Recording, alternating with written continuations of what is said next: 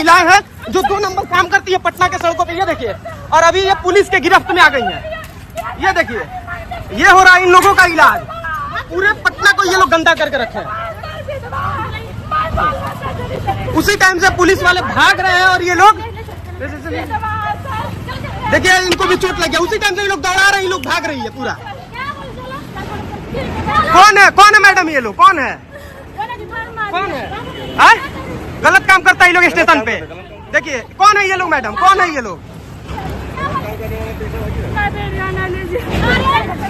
कहाँ घर है आपका? कौन है आप? अरे ये लोग उसी टाइम से भाग रहा है, ये लोग गिर गया कई जगह पे। आई कौन है मैडम ये लोग? कौन है? गलत काम करता है ये लोग ना।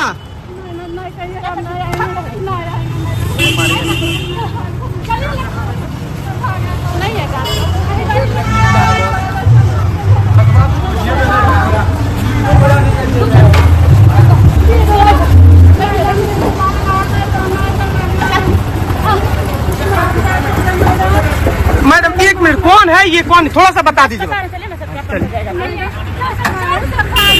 कौन सा थाना?